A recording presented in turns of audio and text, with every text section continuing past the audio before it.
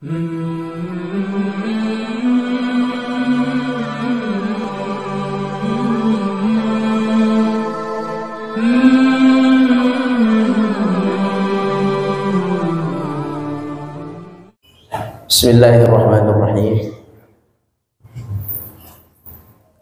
Assalamualaikum warahmatullahi wabarakatuh.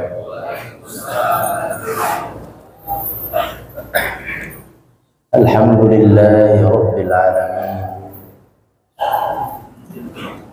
Wassalatu wassalamu ala asyrafil anbiya'i wal mursalin wa ala alihi wa sahbihi ajma'in. Rabbana ishrah lana sudurana wa yassir lana umurana wahlul 'uqdatam min alsinatina yafqahuna qawlana. Rabbana zidna ilma warzuqna fahma. Allahumma inna nas'aluka ilman nafi'a wa rizqan thayyiba wa amalan mutaqabbala. Amma ba'd. Kaum muslimin jamaah Masjid Thayyibah yang dirahmati Allah Subhanahu wa taala. Semoga Allah Subhanahu wa taala menerima amal puasa kita, mengampuni dosa-dosa kita, dan menerima juga salat tarawih kita dan sedekah kita. Amin ya rabbal alamin. Bapak Ibu sekalian yang dirahmati Allah, di antara aktivitas seseorang yang puasa adalah dia memperbanyak baca Al-Quran, tilawatul Quran. Yang kedua, dia memperbanyak zikir, mengurangi pembicaraan yang tidak manfaat, yang tidak urusan dunia, bukan urusan dunia pekerjaan, dan bukan urusan akhirat atau zikir. Mengurangi pembicaraan yang tidak ada manfaatnya, diganti dengan membaca Al-Quran dan diganti dengan zikir. Membaca Al-Quran adalah kita membaca firman kalam Allah yang sedang kita sembah. Kita puasa karena Allah. Tidak ada yang puasa di sini karena ingin digaji sama masjid, nggak ada. Digaji sama kantor, tidak ada. Digaji sama Bapak RT, tidak juga. Kita semua puasa karena Allah. Insyaallah karena Allah. Barang siapa yang puasa karena Allah, maka isilah puasa dengan membaca firman Allah. Jika sempat Bapak Ibu sekalian, baca artinya. Satu hari ada satu ayat yang menambah keimanan kita kepada Allah. Namanya tilawah. Ada dua tilawah Bapak Ibu sekalian. Ada tilawatu harfin membaca untuk mendapatkan keberkahan dan pahala per huruf. Satu huruf berapa pahalanya? 10. Alif 10, lam 10, mim 10. Ini namanya tilawatu harf, untuk mendapat pahala dan keberkahan. Ada yang kedua, yaitu membaca tilawatun tadabburiyah, tilawatut tadabbur, membaca tadabbur, yaitu membaca untuk menambah keimanan. Bapak-bapak, ibu-ibu, yang mana yang dibaca? Yang harf atau tadabbur? Harf. Harf bagus, alhamdulillah. Kita tingkatkan dari harf, kita naik sedikit kepada tilawah tadabbur. Apa bedanya? Bedanya tilawah tadabbur, satu hari Bapak baca ayat yang sudah dibaca, dilihat terjemahannya, terkadang berbicara tentang akhirat, tambah keyakinan bahwa akhirat pasti terjadi. Terkadang berbicara tentang hisab, tambah keyakinan bahwa saya akan dihisab. Terkadang berbicara tentang umat terdahulu, para nabi dan musuh-musuhnya. Kita melihat bagaimana sifat para nabi, kita ikuti. Bagaimana sifat musuh-musuh nabi, kita jauhi sifat itu. Terkadang perintah, lakukan ini, kita usahakan untuk melakukan. Terkadang larangan ini, kita usahakan untuk tinggalkan. Ini namanya tilawatut tadabbur. Jadi bacalah Al-Quran dengan dua cara baca itu, tilawatu harfin wa tilawatu tadabburin.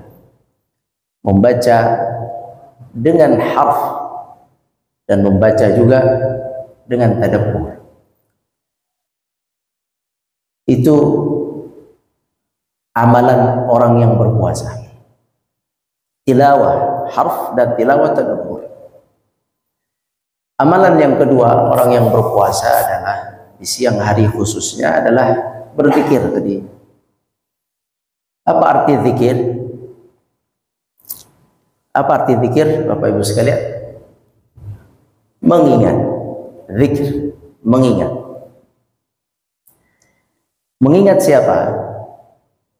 Mengingat Allah yang sedang kita ibadah kepadanya. Di tengah-tengah pekerjaan, di tengah-tengah kesibukan, di tengah-tengah aktivitas harian, kita mengingat bahwa kita sedang ibadah, kita mengingat Allah. Itu namanya adzikir. Kita mengingat yang sedang saya sembah nih hari ini. Saya sedang ibadah puasa. Walaupun Bapak Ibu sambil transaksi, sambil bikin akad perjanjian kerjasama bisnis misalnya, jual beli, atau urusan-urusan pekerjaan, aktivitas harian lainnya, kita tetap sedang ibadah karena kita sedang puasa. Maka sebaiknya orang yang sedang ibadah adalah mengingat zat yang sedang disembahnya Allah Azza wa Jalla. Ketika ada transaksi muamalah, transaksi, ada sebuah aktivitas yang menyelisihi keinginan Allah, saya ingat Allah, saya beristighfar, saya balik lagi kepada posisi saya sedang ibadah, tidak boleh melakukan hal-hal yang tidak disukai oleh Allah Azza wa Jalla. Al-dzikir, mengingat Allah Subhanahu wa taala. Mengingat, mengagungkan zat yang sedang kita ibadahi, sedang kita menahan nafsu untuknya. Itu yang kedua, zikir. Yang ketiga, ini yang paling jarang dilakukan. Ya, yang pertama insya Allah sudah dilakukan. Yang kedua, zikir insya Allah juga sering dilakukan. Yang ketiga adalah berdoa. Apa arti doa? Apa arti doa, Bapak Ibu sekalian? Meminta. Doa itu meminta kepada siapa? Zat yang sedang kita sembah lagi. Kita siang itu menyembah Allah. Kita itu tidak makan, tidak minum, menahan makan, menahan minum, menahan nafsu itu karena menyembah Allah, bukan karena yang lain.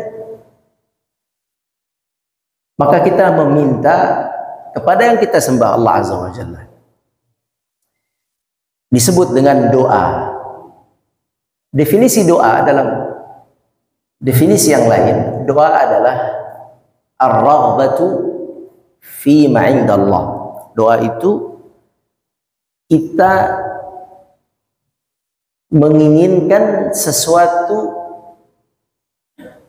yang ada di sisi Allah, atau bahasanya menginginkan apa yang Allah miliki. Menginginkan apa yang Allah miliki. Saya mau sesuatu, tapi Allah yang miliki. Itu doa. Yang memiliki Allah. Karena yang memiliki Allah, saya minta, saya mau. Disebut dengan doa. Jadi dalam berdoa itu, Bapak Ibu sekalian, kita harus yakin dulu bahwa benda yang saya minta ini, yang punya, yang mampu hanya Allah. Itu dulu. Ar-raghbah fi ma 'indallah, yakni tidak ada yang mampu, tidak ada yang bisa, tidak ada yang punya kecuali Engkau. Maka saya minta kepadamu ya Allah. Saya menyembahmu, menahan lapar dan haus, menahan nafsu. Saya membaca firman-Mu, Al-Quran. Saya mengagungkanmu ya Allah, mengingatmu. Zikir. Yang ketiga, saya mengetahui dan meyakini tidak ada yang mampu dan tidak ada yang memiliki semua ini, bumi dan seisinya, takdir dan seisinya, kecuali Engkau, maka aku minta kepadamu. Itulah disebut dengan doa. Jadi doa adalah meminta apa yang ada di sisi Allah, dengan diawali dengan keyakinan bahwa Allah maha mampu, maha memiliki, makanya saya minta kepada Allah. Ada sebuah hadis yang menjelaskan anjuran bagi orang yang berpuasa untuk banyak berdoa. Kata Nabi SAW, ada 3 doa yang mustajab. Salah satunya adalah as-shaimu hatta yaftur. Orang yang berpuasa sampai berbuka puasa. Berarti dari sahur sampai berbuka. As-shaimu, orang yang puasa, hatta yaftur. Hadis riwayat Ahmad, sahih. Orang yang berpuasa sampai berbuka puasa itu masuk kelompok orang yang mustajab doanya. As-shaim hatta yaftur. Yang puasa sampai berbuka. Berapa jam Bapak Ibu sekalian diberikan janji mustajab? Berapa jam? 12, 13 jam. Dijanjikan mustajab. Kenapa? Karena menahan nafsu karena Allah.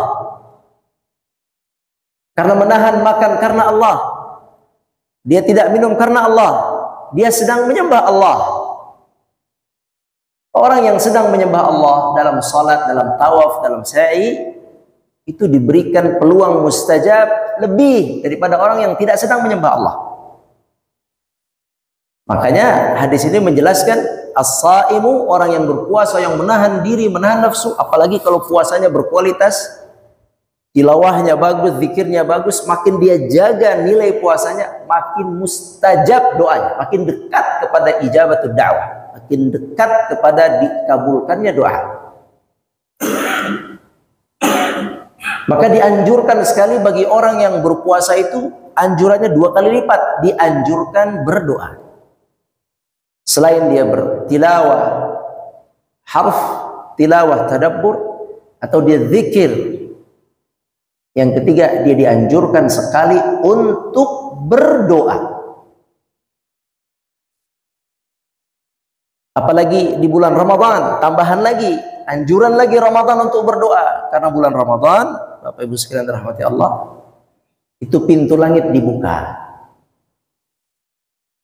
Ketika pintu langit dibuka, peluang mustajab bertambah, dibuka oleh Allah Azza wa Jalla. Jadi di antara pekerjaan orang yang puasa itu adalah doa. Sebelum sahur, saat sahur, ba'da sahur, duha, zuhur, asar, bahkan sebelum maghrib berdoa. Bahkan Bapak Ibu sekalian dirahmati Allah, kita sering mendengar pelajaran bahwa doa orang yang berpuasa mustajab ketika sedang berbuka puasa. Ya, benar ya, mustajab ketika sedang berbuka puasa. Itu hadis sahih. Hadisnya benar, sahih, tidak diragukan lagi. Tetapi karena ada hadis ini, ada hadis yang menjelaskan sejak puasa sampai berbuka, ada durasi yang panjang ini, dipertemukan dengan hadis yang kedua tadi, hadis saat berbuka. Akhirnya muncul pertanyaan, mana lebih afdal? Berbuka, berdoa sebelum berbuka atau saat berbuka? Muncul pertanyaan, karena dua-duanya hadisnya benar, bisa dijadikan sebuah panduan ibadah. Apakah sebelum saya berbuka, saat dari pagi sampai sebelum berbuka, atau saat berbuka? Saat sudah masuk minuman, sudah masuk makanan. Dijadikan pertanyaan, mana? Yang mana ini yang lebih afdal? Yang mana, Pak? Dua-duanya. Perbanyak aja. Barakallahu fiik. Perpanjangannya, sambung terus. Dua-duanya benar, perpanjang benar. Ya. Tapi kalau kita coba, dua-duanya bagus, tentu kan dua-duanya hadis. Kita perpanjang bagus, betul itu. Tapi kalau kita lihat kondisi manusia, kondisi nafsu manusia, kondisi nafsu dan kondisi jiwa yang khusyuk, mana lebih khusyuk? Mana lebih nafsu? Ketika sedang berbuka atau sebelum berbuka? Mana lebih nafsu? Nafsu bangkit dan nafsu sedang tidur. Mana? Kapan nafsu bangkit? Saat berbuka atau sebelum berbuka? Hah? Kalau sebelum buka nafsu bangkit bahaya, Pak. Nafsu makan bangkit, nafsu minum bangkit saat azan. Saat azan. Maka seseorang itu akan fokus kepada makanan itu. Sedangkan sebelum waktunya diizinkan makan dan minum, dia masih dalam kondisi menahan nafsu.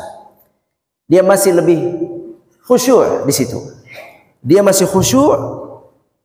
Makanya ada penjelasan ulama mengatakan, bagi orang yang berpuasa sebaiknya memanfaatkan doa sebelum nafsu itu terpecah, sebelum nafsu makan itu terpenuhi. Saat makan juga silakan, bukannya tidak apa-apa, silakan. Tetapi sebaiknya di saat posisi lapar, menahan diri dari keinginan-keinginan manusia, disitulah ditumpahkan keinginan kepada Allah Subhanahu wa Ta'ala. Karena ketika keinginan manusia sudah terbuka, di hadapan kita makanan, umumnya kita lebih mendahulukan makanan. Kecuali orang-orang yang Allah berikan kesabaran, dia makan sekejap, dia berdoa. Bagaimana dengan doa buka puasa? Kalau doa buka puasa dibaca setelah makan.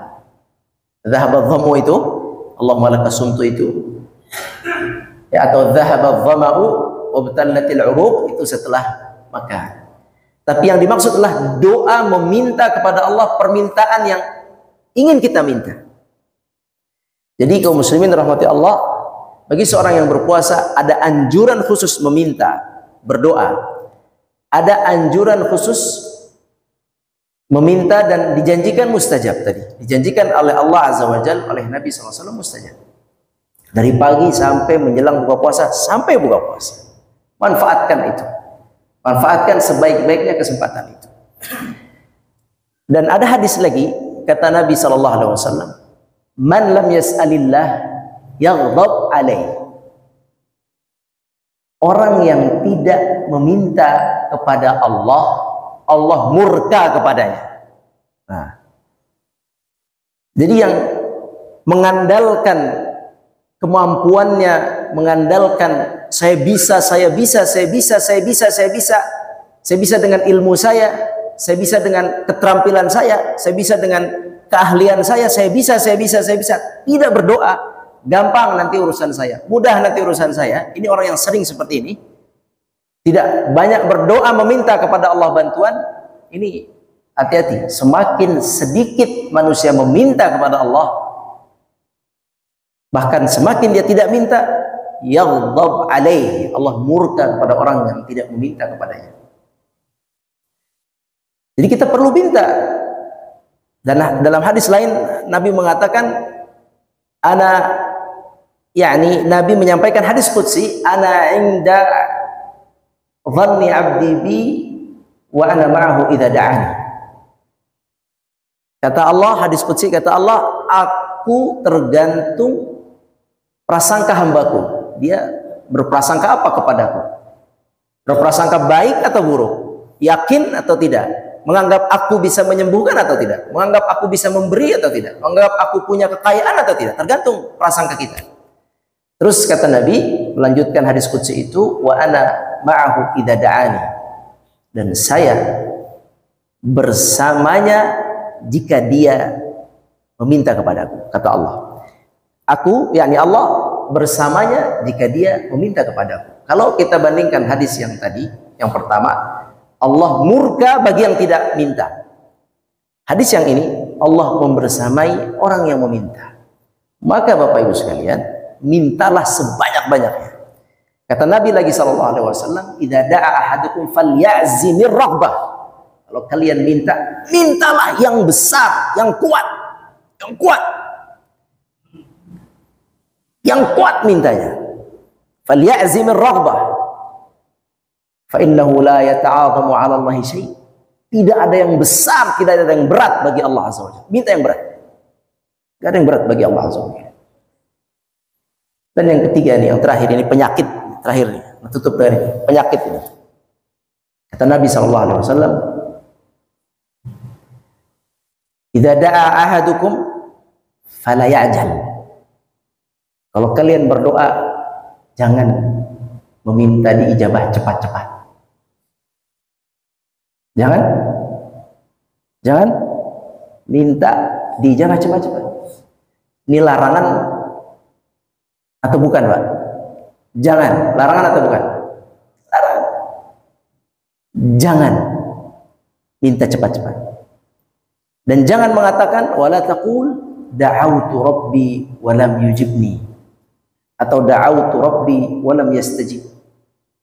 Jangan katakan saya udah doa belum dikabulkan. Istighfar. Kalimat enggak boleh diucapkan. Saya sudah doa tapi belum dikabulkan. Nggak boleh, Pak, ngomong itu. Jangan cepat-cepat, jangan mengatakan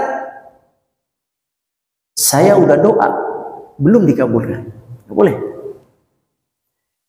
Artinya apa? Artinya bagi yang berdoa, minta terus menerus walaupun sampai wafat tidak dikabul, tidak diberikan oleh Allah ijabah di dunia ini. Minta terus. Doa yang tidak diijabah di dunia jadi apa, Pak? Jadi apa? Jadi amal saleh di akhirat. Jadi tidak boleh berhenti permintaan yang belum diijabah, itu poinnya. Mustahil kayaknya nih sembuh, mustahil kayaknya nih A dan B. Bukan berarti itu mustahil manusia ya, kayaknya mustahil. Bukan berarti Anda berhenti berdoa. Walaupun menurut otak Anda manusia mustahil, tapi bukan berarti Anda berhenti berdoa. Nggak boleh. Minta aja terus, ya Allah, ya Allah, ya Allah, ya Allah, ya Allah, ya Allah, terus. Tidak dikabulkan di dunia, jadi amal soleh di akhir. Kalau dikabulkan di dunia selesai. Kalau tidak dikabulkan jadi ibadah di hadapan Allah Subhanahu wa taala. Bisa difahami ini? Ya, nggak ada tuh. Sudah doa bertahun-tahun nggak diijabah, udahlah nggak usah. Nggak. Justru terus saja. Karena kata Nabi sallallahu alaihi wasallam, jangan katakan saya sudah berdoa Allah belum ijabah. Masih banyak mengenai adab, etika dan hal-hal berkaitan doa, tapi saya cukupkan sampai di sini. Kesimpulannya, orang yang puasa melakukan 3 hal. Membaca firman Allah yang kita sembah, mengingat Allah yang kita sembah. Yang ketiga, memperbanyak minta kepada Zat yang kita sembah. Perbanyak. Dan jangan pernah bosan, karena Allah tidak bosan memberikan pahala kepada kita. Aqulu qouli hadza wa astaghfirullah li wa lakum wallahu a'lam. Assalamualaikum warahmatullahi wabarakatuh.